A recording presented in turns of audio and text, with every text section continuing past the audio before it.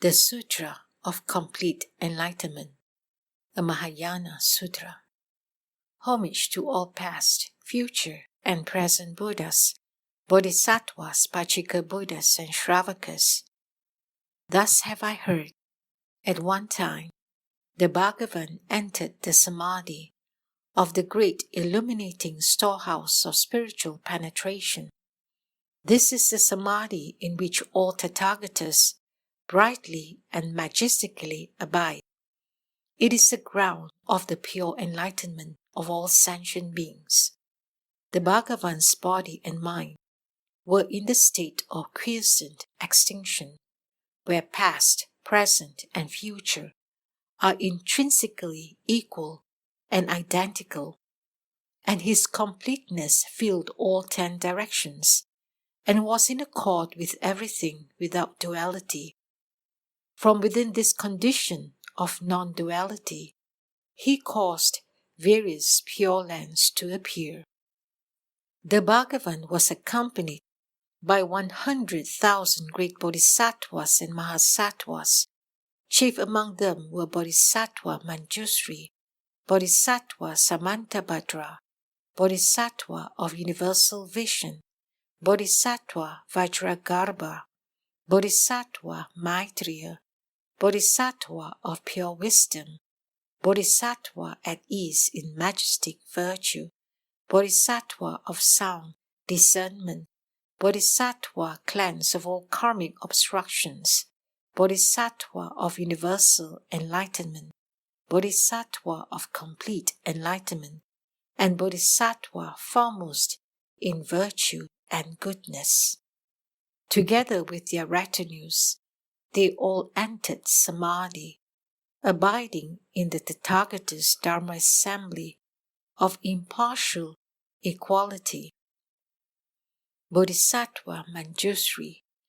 Thereupon, Bodhisattva Manjusri rose from his seat in the midst of the assembly, prostrated himself at the feet of the Buddha, circled the Buddha 3 times to the right, knelt down, joined his palms, and said, O world-honored one of great compassion, please expound to the multitude who have come to this assembly the Tathagata's Dharma practice of the original arising purity of the causal ground. Please also expound to us how bodhisattvas may initiate this state of pure mind within the Mahayana and leave all illness. Pray teach us so that sentient beings in the future Dharma ending age who aspire to the Mahayana will not fall into erroneous views. Having said these words, he prostrated himself on the ground. He made the same request 3 times, each time repeating the same procedure. At that time, the world-honored one said to Bodhisattva Manjusri, Excellent, excellent, virtuous man, for the benefit of the multitude of bodhisattvas, you have asked about the Tathagata's Dharma practice of the causal ground. For the benefit of all sentient beings in the Dharma ending age who aspire to Mahayana, you ask how they can attain correct abiding and not fall into erroneous views. Listen attentively now. I shall explain it to you. Hearing this, Bodhisattva Manjusri was filled with joy and listened silently along with the assembly. Virtuous man, the Supreme Dharma King possesses the method of the great Dharani called complete enlightenment, out of which emanates pure true suchness, bodhi, and nirvana, as well as the paramitas to teach bodhisattvas.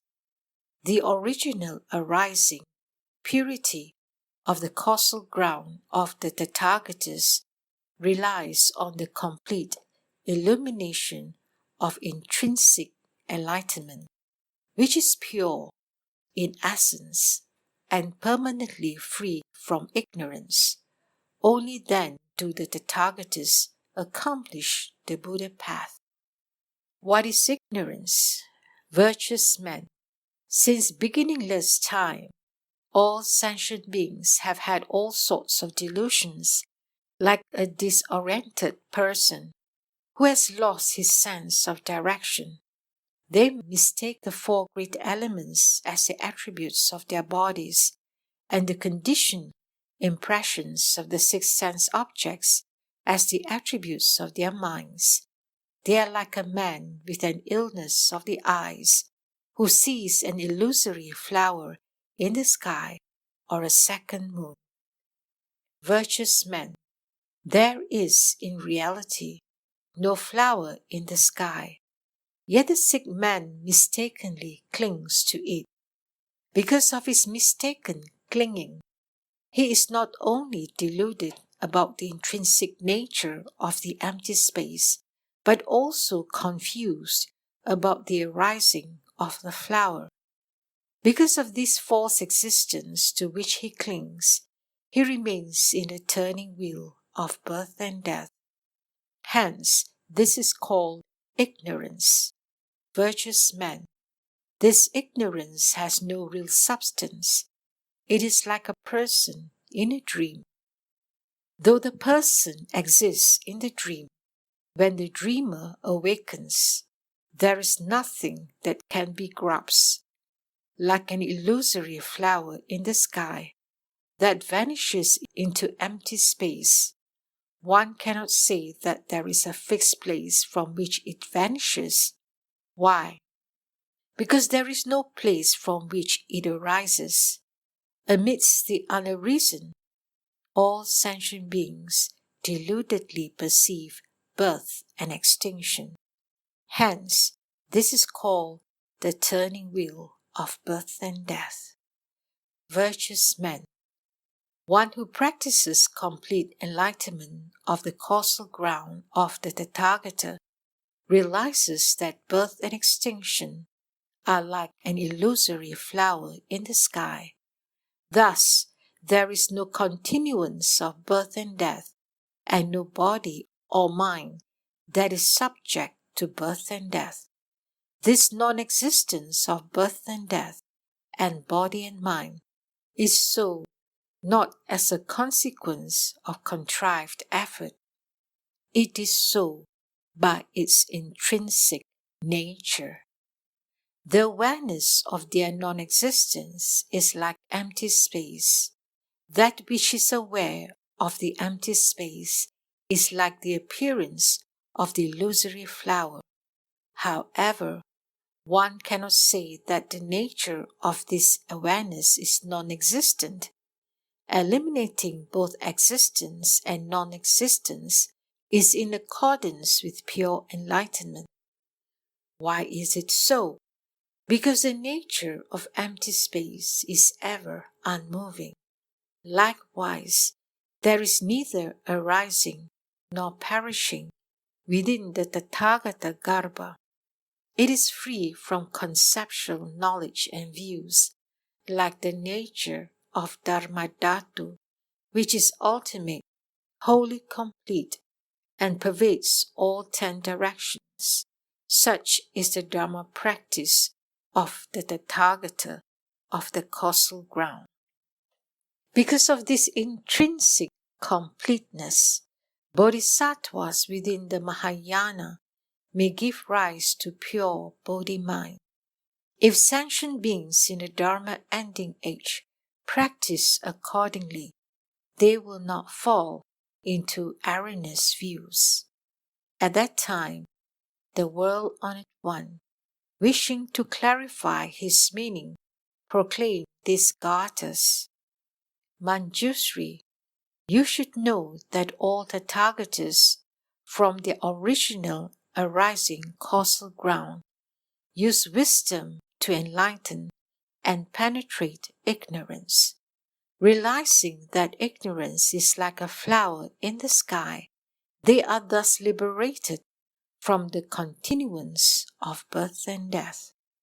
Like a person seen in a dream, who cannot be found when the dreamer awakens. Awareness is like empty space. It is impartial and equal and ever unmoving. When enlightenment pervades all 10 directions, the Buddha path is accomplished. There is no place where illusions vanish, and there is no attainment in accomplishing the Buddha path, for the intrinsic nature is already wholly complete. By this, bodhisattvas can give rise to the Bodhi mind. Sentient beings in a Dharma ending age, through this practice, will avoid erroneous views. Bodhisattva Samantabhadra. Then Bodhisattva Samantabhadra rose from his seat in the midst of the assembly, prostrated himself at the feet of the Buddha, circled the Buddha 3 times to the right, knelt down, joined his palms and said, O well-honored one of great compassion, for the multitude of bodhisattvas in the assembly, as well as for all sentient beings who cultivate Mahayana in the Dharma ending age, please explain how they should practice, having heard about this pure realm of complete enlightenment. Well-honored one, if these sentient beings come to understand illusion, then body and mind are also illusory. How can they then use illusion to remedy illusion? If all illusory characteristics were exhausted and extinguished, then there would be no mind. Who is it that practices? Why then do you say that practice is illusory? If sentient beings originally had no need to practice, then they would remain confined to illusory projections amidst birth and death, and never discern the state in which all is seen to be like an illusion. How could they be liberated from illusory conceptualization? For the sake of all sentient beings in a Dharma ending age, please explain the expedient method of gradual cultivation of practice in order that sentient beings may permanently leave the state of illusion. Having said these words, he prostrated himself on the ground. He made the same request 3 times, each time repeating the same procedure. At that time, the well-honored one said to Bodhisattva Samantabhadra, Excellent, excellent, virtuous man, for the benefit of the multitude of bodhisattvas and sentient beings in the Dharma ending age, you have asked about the expedient, gradual stages of the bodhisattva's practice of the samadhi, in which all is seen to be like an illusion, and which frees sentient beings from illusion. Listen attentively now. I shall explain it to you. Hearing this, Bodhisattva Samantabhadra was filled with joy and listened silently along with the assembly.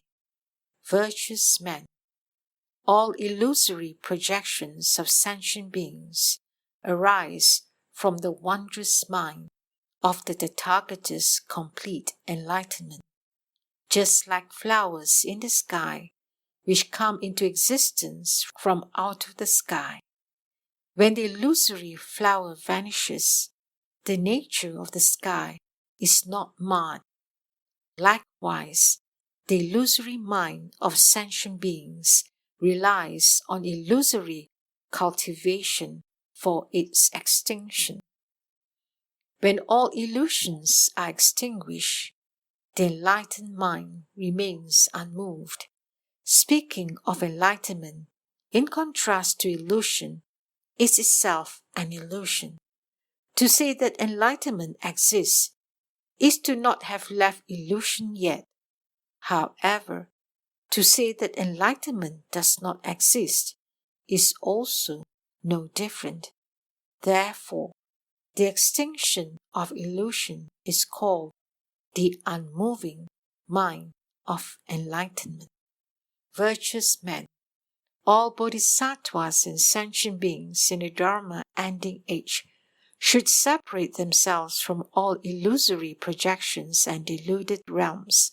However, when one clings firmly to the mind that separates from all illusory projections and deluded realms, this mind should also be taken as an illusion, and one should separate oneself from it, because this separation is an illusion.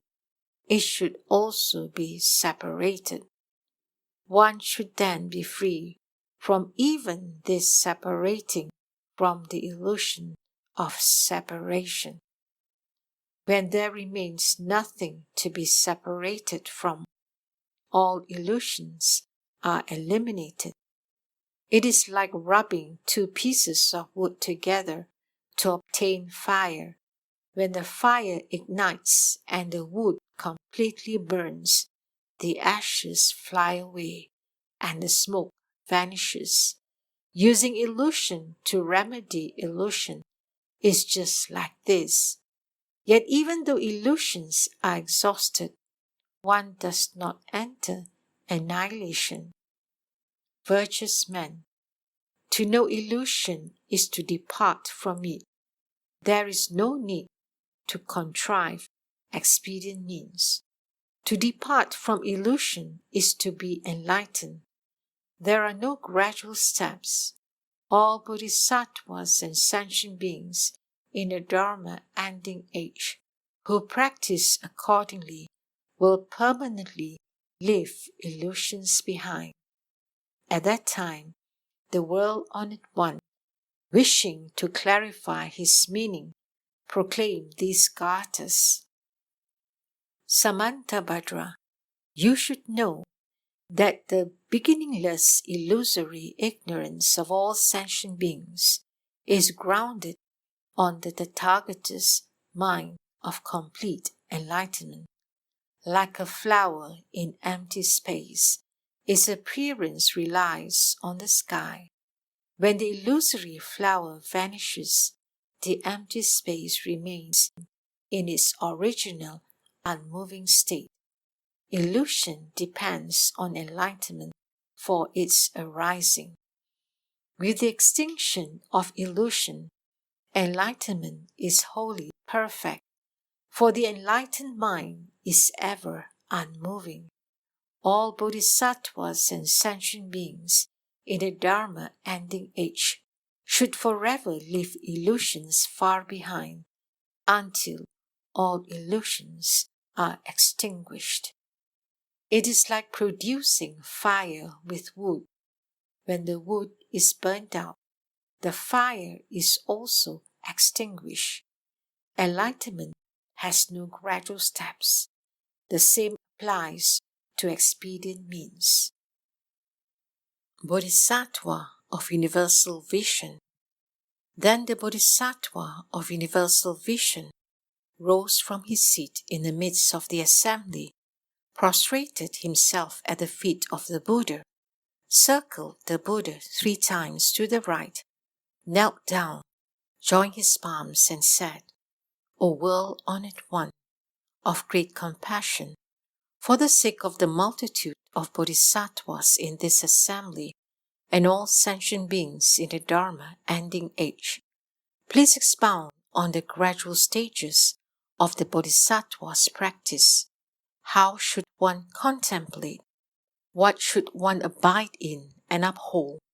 What expedient methods should one devise to guide unenlightened sentient beings, to universally enable them to reach enlightenment? World-honored one, if these sentient beings do not have the correct expedient methods and contemplation, they'll be confused when they hear you expound this samadhi, in which all is seen to be an illusion, and will be unable to awaken to complete enlightenment. Would you be compassionate enough to expound the provisional expedient methods for benefit and for sentient beings in the Dharma ending age. Having said these words, he prostrated himself on the ground. He made the same request 3 times, each time repeating the same procedure. At that time, the World-Honored One said to the Bodhisattva of universal vision, "Excellent, excellent, virtuous man, for the benefit of the multitude of bodhisattvas and sentient beings in the Dharma ending age, you have asked the Tathagata about the gradual stages of cultivation, what contemplation one should abide in and uphold, as well as the various expedient methods one should use. Listen attentively now. I shall explain them to you." Hearing this, the Bodhisattva of universal vision was filled with joy and listened silently along with the assembly. Virtuous men, newly initiated bodhisattvas and sentient beings in a Dharma ending age, seeking the Tathagata's pure mind of complete enlightenment, should hold the right thought of separating from myriad illusions. First, they should rely on the samatha practice of the Tathagatas and strictly observe the precepts. They should reside peacefully among an assembly of practitioners and sit in meditation in a quiet room. They should always be mindful that the body is a union of the 4 elements. Things such as hair, nails, teeth, skin, flesh, tendons, bones, marrow, and brain all belong to the element of earth. Spittle, mucus, pus, blood, saliva, sweat, phlegm, tears, semen, urine, and excrement all belong to the element of water. Warmth belongs to the element of fire. Motion belongs to the element of wind. When the 4 elements are separated from one another, where is this illusory body? Thus one knows that the physical body ultimately has no substance and owes its appearance to the union of the 4 elements. In reality, it is not different from an illusory projection. Due to the provisional union of the 4 conditions of vision, hearing, perception, and awareness, the illusory 6 sense faculties come to exist. The inward and outward combination of the 6 sense faculties and the 4 elements of earth, water, fire, and wind gives rise to the illusory existence of conditioned energy. In this process, there seems to be something which is cognizant. This is provisionally called mind. Virtuous man, this illusory mind cannot exist without the 6 sense objects of sight, sound, smell, taste, touch, thought. When the 4 elements disperse, the 6 sense objects cannot be found. Once the elements and the sense objects disperse and are extinguished, ultimately there is no cognizant mind to be seen. Virtuous men, when the illusory bodies of sentient beings become extinguished, the illusory minds also become extinguished. When the illusory minds become extinguished, the illusory sense objects also become extinguished. When the illusory sense objects become extinguished, the illusory extinguishing also becomes extinguished. When the illusory extinguishing becomes extinguished, that which is not illusory is not extinguished. It is like polishing a mirror. When the defilements are wiped off, brightness appears. Virtuous man, you should know that both body and mind are illusory defilements. When these appearances of defilement are permanently extinguished, purity will pervade all 10 directions. Virtuous man, for instance, the pure money jewel reflects the 5 colors as they appear before it, yet the ignorant see the money as actually possessing the 5 colors. Virtuous man, although the pure nature of complete enlightenment likewise manifests as body and mind, people respond in accordance with their capacities. Yet the ignorant speak of the pure, complete enlightenment as having intrinsic characteristics of body and mind. For this reason, they are unable to depart from illusion. Therefore, I say that body and mind are illusory defilements. It is in terms of separating from illusory defilements that bodhisattvas are defined. When defilements are thoroughly removed, their corresponding cognition is completely eliminated. Since there is nothing corresponding to defilement, there is also no one there to designate. Virtuous men, if bodhisattvas as well as sentient beings in the Dharma ending age realize the awakening of the extinction of illusory appearances, at that time unlimited purity and infinite emptiness will be revealed and manifested in their enlightenment.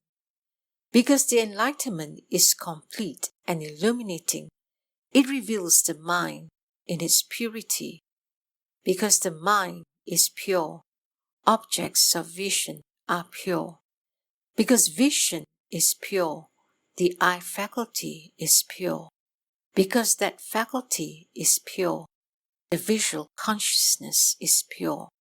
Because the consciousness is pure, hearing is pure. Because hearing is pure, the faculty of hearing is pure. Because that faculty is pure, the consciousness is pure. Because the consciousness is pure, perception is pure.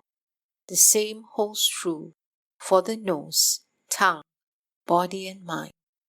Virtuous men, because the sense faculties are pure, the objects of sight are pure.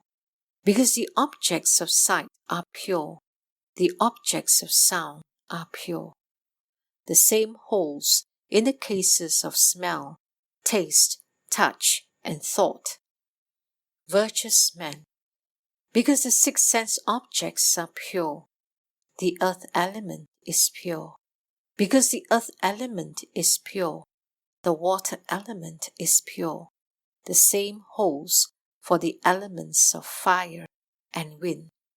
Virtuous men, because the 4 elements are pure, the 12 entrances, the 18 realms, and the 25 existences are pure.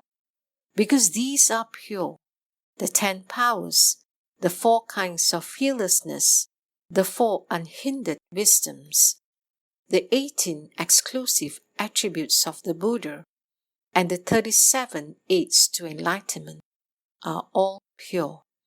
The same holds for the purity of everything all the way up to the 84,000 Dharani doors. Virtuous men, because the nature of absolute reality is pure, one's body is pure. Because one's body is pure, a multitude of bodies are pure. Because a multitude of bodies are pure, likewise, sentient beings in all 10 directions are completely enlightened and pure. Virtuous men, Because one world is pure, a multitude of worlds are pure. Because a multitude of worlds are pure, all things, completely exhausting empty space in the past, present, and future, are impartially equal, pure, and unmoving. Virtuous men, since empty space is equal, identical, and unmoving as such, you should know that the nature of enlightenment is also equal, identical, and unmoving. Since the four elements are unmoving, you should know that the nature of enlightenment is also equal, identical, and unmoving. Since everything up to the 84,000 Dharani doors are equal, identical, and unmoving, you should know that the nature of enlightenment is also equal, identical, and unmoving. Virtuous men, as the nature of enlightenment is pervasive and full, pure and unmoving, being perfect and boundless, you should know that the six sense faculties also fully pervade the Dharmadhatu. Because the sense faculties are pervasive and full, you should know that the six sense objects also fully pervade the Dharmadhatu. Because the sense objects are pervasive and full, you should know that the four elements also fully pervade the Dharmadhatu. So it is with everything, up to all the Dharani doors, which also fully pervade the Dharmadhatu. Virtuous men, because the nature of wondrous enlightenment pervades everything fully, the nature of the sense faculties and the sense objects is indestructible and clear. Because the sense faculties and the sense objects are indestructible, everything up to all the Dharani doors is indestructible and clear. It is like hundreds of thousands of lamps illuminating a room. Their illumination pervades fully and is indestructible and clear. Virtuous man, since his enlightenment is fully accomplished, you should know that a bodhisattva neither is bound by dharmas nor seeks to be free from dharmas. He neither detests birth and death nor clings to nirvana, neither reveres those who uphold the precepts nor condemns those who violate them, neither esteems experienced practitioners nor slights beginners.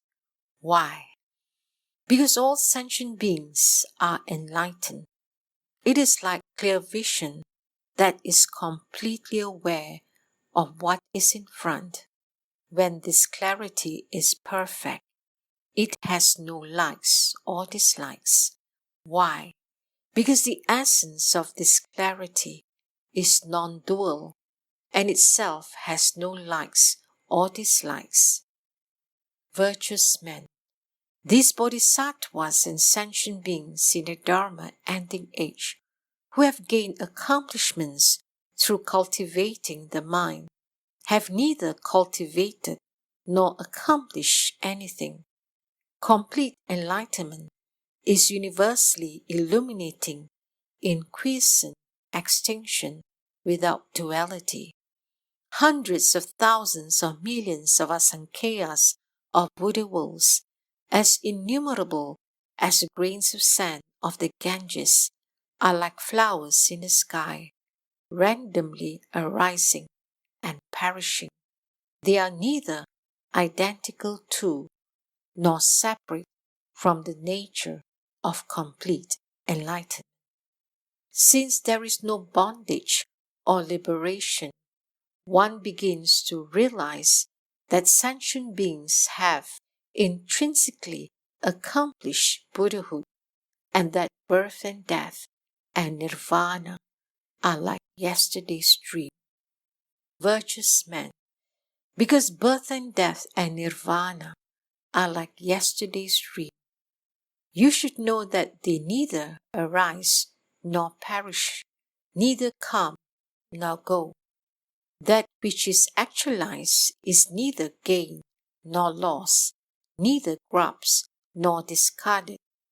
One who truly actualizes enlightenment does not contrive, stop, allow things to be as they are, nor annihilate vexations. In the midst of the actualization, there is neither a subject nor an object. Ultimately, there is neither actualization nor one who actualizes. The nature of all dharmas is equal and indestructible. Virtuous men, bodhisattvas should thus practice, thus progress through these gradual stages, thus contemplate, thus abide in and uphold, thus use expedient methods, and thus become enlightened. In seeking this dharma, they will not be confused and perplexed.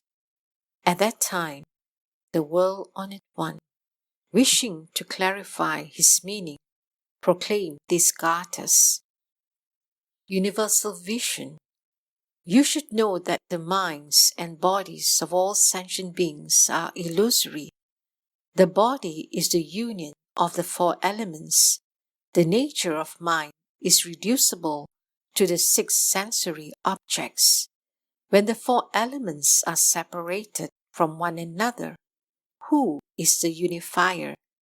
If one practices gradual cultivation like this, all will be pure. The nature of complete enlightenment is unmoving and pervades the Dharma Dhatu. There is no contrivance, stopping, allowing things to be as they are, annihilation, nor is there one who actualizes enlightenment. All Buddha worlds are like flowers in the sky. Past, present, and future are all impartially equal. Ultimately, there is no coming or going. The newly initiated bodhisattvas and sentient beings in the Dharma ending age, in their quest to enter the Buddha path, should thus cultivate themselves.